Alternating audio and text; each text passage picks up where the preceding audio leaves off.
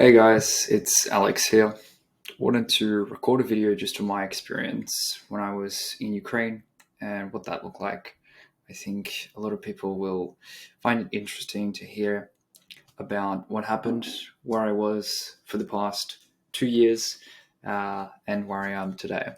I'd probably make a separate video to this one in regards to where I am at the moment, what's happened since that time, and obviously who I'm with as well. So, dating back to the early 2021, not so long ago, really, about July, I decided after long and tedious COVID lockdowns to move away from Melbourne and take a holiday because the lockdowns were getting very, I guess, mentally tiring. And it was at a stage where I was wanting some freedom, go outside, have some fresh air, but it was getting to a point where I was just sick and tired of it. So I decided to go through the lengthy process of applying for a release sort of document to get the permission to leave the country. So I decided there was one place on earth where I could go back to and actually know someone, and that was Ukraine, my homeland. So I traveled back to Ukraine since all those years since I've been there, since my childhood, and yeah, I visited my grandparents. I was in Ukraine from about July until April. So July of 2021 until April of 2022. So during those months, life was well and life was good. I befriended a now roommate of mine, and we've been living in Melbourne, as well as my now girlfriend, who has recently also traveled to Melbourne. So yeah, I was working on my agency part-time and doing part-time DJing on the weekends at my grandmother's business. So until February 24th hit, so February 24th of 2022, 2 days before my birthday, really. And I woke up on the 24th of Feb, not really knowing what was going on until I turned on the TV and realized that Ukraine was being invaded and we were at full-scale war. So after that day, it was very, very interesting what happened and the events that sort of followed from them. At first thought, to be honest with you, I had no idea what I should have done or what I should have been doing. Most people were leaving the country, obviously for safety reasons, but I felt something inside that even though as a 21-year-old back then, I couldn't just leave my grandparents or my friends or my girlfriend in a country where there was a full-scale war. So I decided to stay back and wait until something would happen. And that something was me deciding to obviously get out of there and travel back to Australia. But I didn't decide that on my own, and I couldn't have just left the country without taking my friend and my girlfriend with me. So through the long and tedious process of getting Australian visas ready and sort of getting everyone at least into a third country where they could wait it out with me, and then we can travel all together. So fortunately, I could get a few visas for the friends that I knew in Ukraine. One of those friends, my now roommate, decided that he will join me, and we traveled to Poland. Now, our travels to Poland were not very simple and not easy at all, really. I, to be specific, was stopped at the border about 3 times before we actually crossed. Now, during my 3 attempts, my first attempt was during the night, in the middle of the night, really, with my grandmother and my uncle.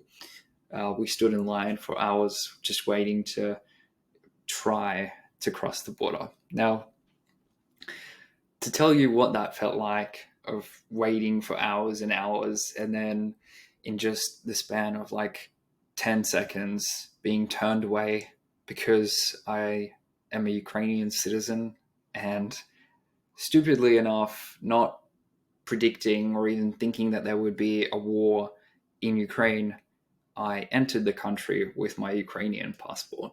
So, although I am a dual national, I had the issue now of being eligible for conscription in the country. So, that was the biggest challenge that I faced when I was in Ukraine and was trying to flee the country. So, this struggle of trying to, reconcile of what am I supposed to do now? Like, what are my next steps? Am I going to go to the army? How am I going to cross the border? Is someone going to throw me over the fence? Like, what do I have to contact some mafia? Like, I was seriously considering all these really stupid and probably illegal options because I really had no idea what I should be doing at that time. And so I decided to go back to Ukraine after my first rejection. Obviously, had no other option. And I lived with my godfather, who was in a town, or a city, I should say, called Lviv on the western border of, western side of Ukraine, on the very close to the border of Poland. So I lived there for about 2 weeks until I had got some ideas or brainstormed of how I could really make this happen and cross the border to obviously support my friend and my girlfriend in their obviously their departure from the country. So it took a very long time, but we eventually got there with Australian embassy assistance from their end, although it didn't really do much, unfortunately, because of my decision to enter the country with my Ukrainian passport.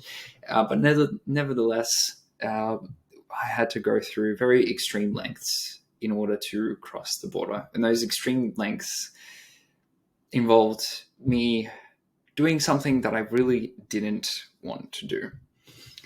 And to be specific, it meant going back to my hometown, which was 7 hours away, from Lviv all the way back to northern Ukraine, just to get a certificate that officially states that I am eligible to cross the border because I have a certain condition. And in reality, I don't have that condition that was stated on the document. But I was essentially forced in a way to create that document in order to be able to cross the border. Now you know my secret.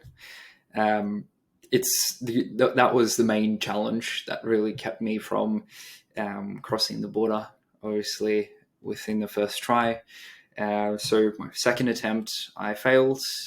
It was during my time when I was residing in Lviv, and I was trying to cross the border with my godfather's friend, who was a Lithuanian volunteer helping out supplying scopes for the army.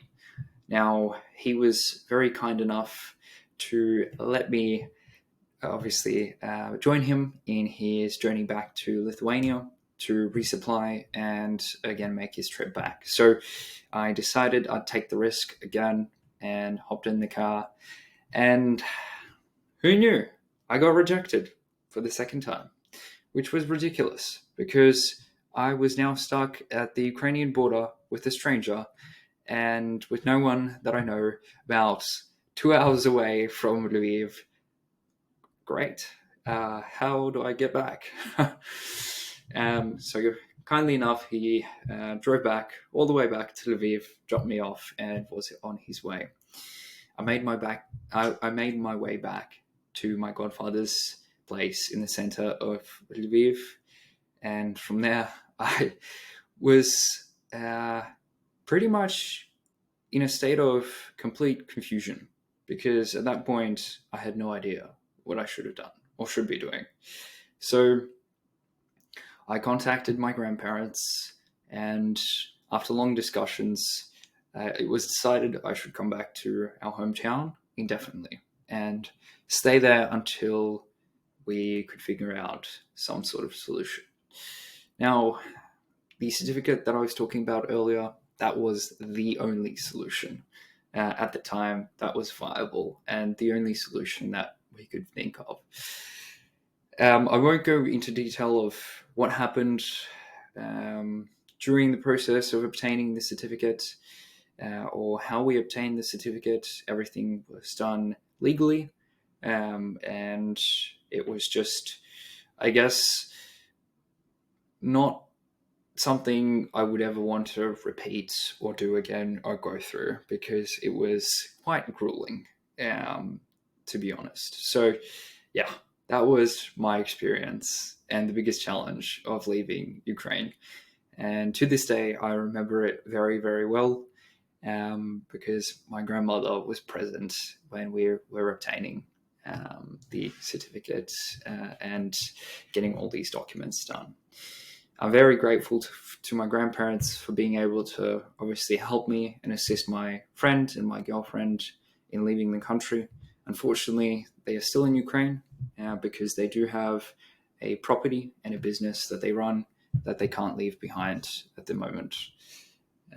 But since then, I've been able to help my friend Vitaly and my girlfriend Irina cross the border and obviously travel back to Melbourne. So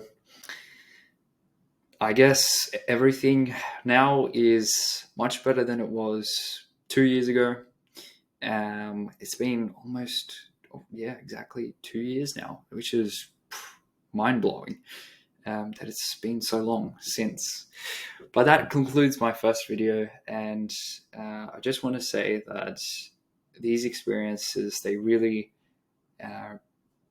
build personal character. Like, they really internally, on a deep level, make you think, like, what would I do? What should I have done in that sort of situation?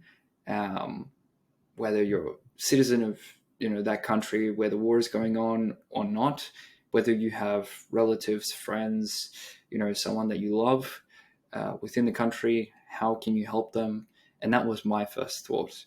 Maybe some people would have reacted in a different way, but my first thought wasn't about how can I get out of here, because this is a dangerous situation that I wouldn't want anyone to live through. Like, my first thought was, how can I get as many people out of Ukraine as possible? So that was that. But what I'd love to do is, if you guys enjoyed this video, very short, hopefully interesting, to follow it up with another video about where I'm at today, what we're doing with my housemate, my girlfriend, what the situation is in Melbourne, and sort of our experience of flying back to Australia, starting up from zero. And would love to hear your thoughts in the comment section. So I'd appreciate if you could share the video, like, if you obviously know me or don't, subscribe. And I look forward to having, filming the second version of, or second part of this video. Thanks so much, guys.